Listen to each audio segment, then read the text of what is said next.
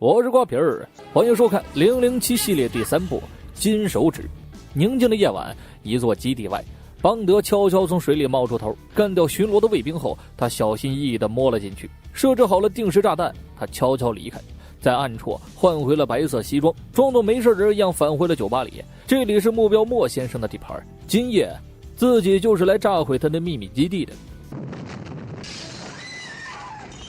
炸弹爆炸后，巨大的响动让所有人都吓跑了，只有邦德和接头人留在了原地。接头人告诉他，让他回迈阿密的飞机已经准备好了。完成任务的邦德悠闲地说，离开之前哥要先做点爱做的事情。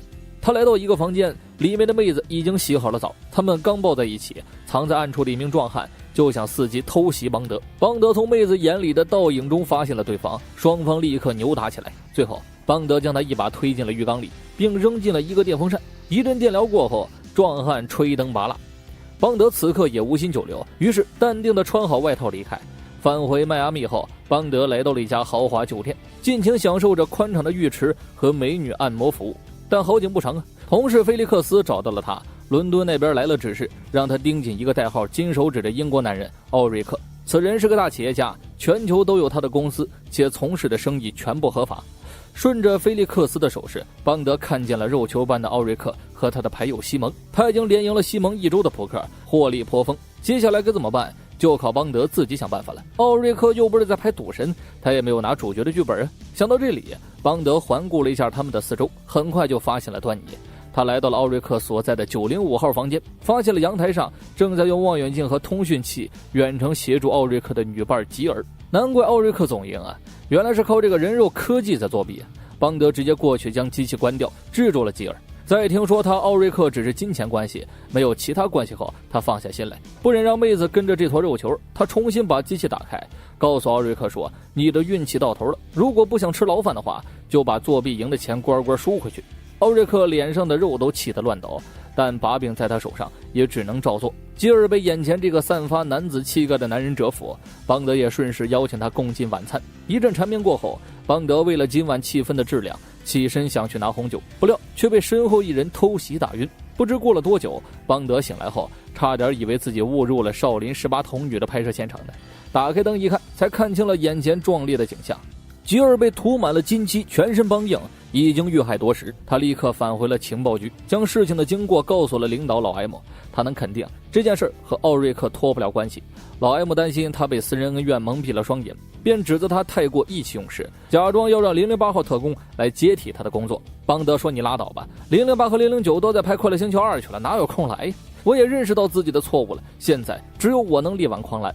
老 M 想想也是，然后让他今晚7点穿上西装过来吃饭。餐桌上，上校向邦德说明了情况，他们怀疑奥瑞克拥有某种让黄金融成水的设备，让他可以带着价值2000万的黄金满世界交易来谋取暴利。可他太狡猾了，至今还没有露出破绽。为今之计就是邦德亲自出马会见奥瑞克，从而见机行事了。作为见面礼，上校给了邦德一块价值不菲的2战时的黄金，接着便是去领取这次行动的装备了。Q 博士向邦德介绍了升级版的奥斯汀克马田 DB5， 里面有各种最先进的黑科技。准备就绪后，邦德装作是高尔夫球爱好者，并在高尔夫球俱乐部里首次见到奥瑞克。奥瑞克爽快地答应和邦德一起切磋。在俱乐部的大门口，邦德看到一个帽子男，奥瑞克说这是他的仆人怪侠，也是个哑巴球童。球场上，奥瑞克开门见山，他猜出邦德不是来打高尔夫球的。邦德很适时地将那块黄金掉在脚下。作为常年玩金子的行家，奥瑞克非常识货，他想知道邦德还有多少存货。邦德有心吊他的胃口，便告诉他等你赢了我再说。过程中他偷偷换了球，让暗中作弊的奥瑞克偷鸡不成蚀把米。邦德趁怪侠不注意，偷偷将定位器放在了他车后备箱里。输了比赛的奥瑞克很不爽，他直截了当告诉邦德，那些让自己输的人都没有好下场。说着就让怪侠现场展示了他的飞帽绝技。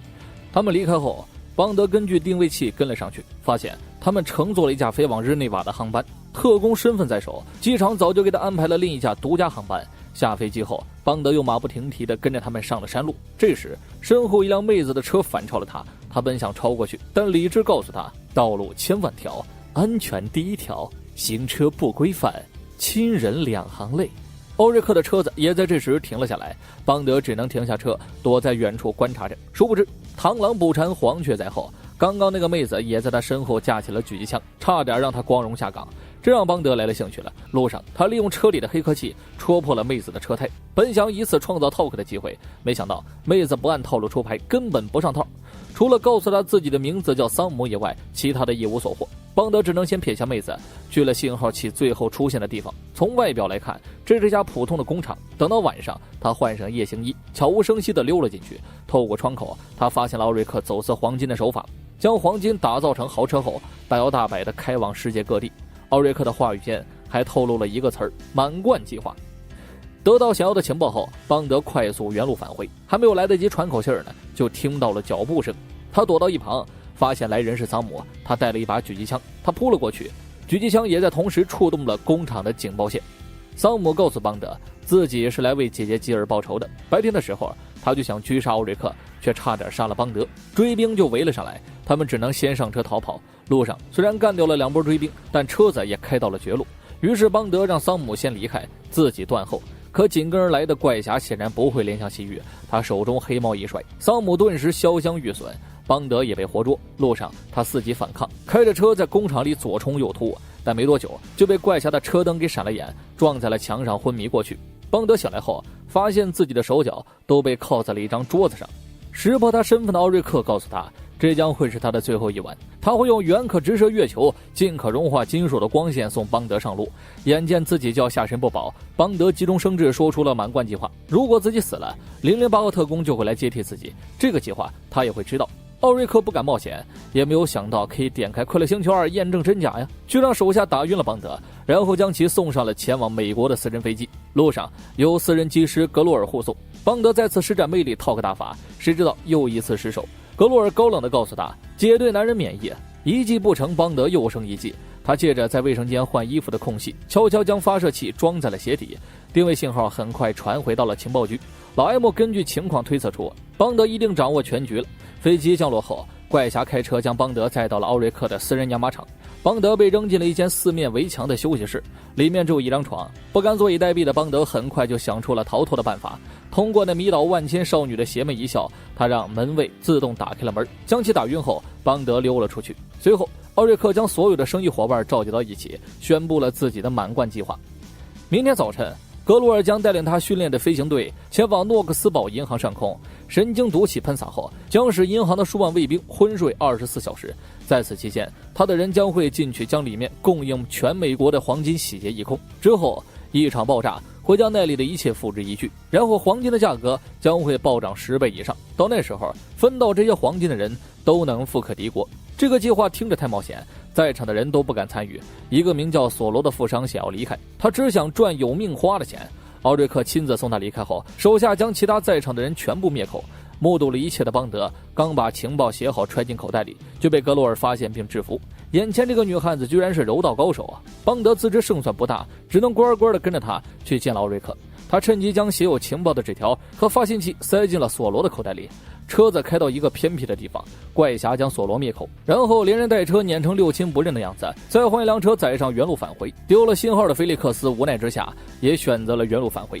他们的行动很快被奥瑞克察觉，行动前他不想打草惊蛇，于是他暗示格洛尔务必和邦德处好关系，必要的时候也可以说服他。换了衣服后，格罗尔跟变了个人一样，小鸟依人地挽住了邦德。这一幕让远处用望远镜窥探的菲利克斯差点喷出鼻血。再看下去，他们这俩单身狗就得有心理阴影了。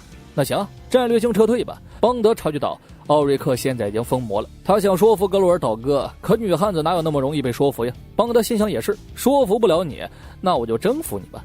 仓库里，这一男一女有来有回的切磋了起来，最后由动手改成了动口。天亮后，行动正式开始。喷洒毒气的飞机所到之处，银行内站岗的士兵都躺倒一片。接着，大部队气势汹汹地闯了进去。眼看黄金就要到手，邦德也即将领盒饭之际，局势突然发生了转变。外面那些昏迷的士兵突然都醒了过来，打了奥瑞克的人一个措手不及。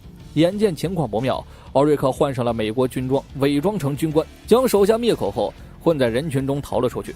邦德也在这时挣开了束缚，和怪侠开始了最后的对决。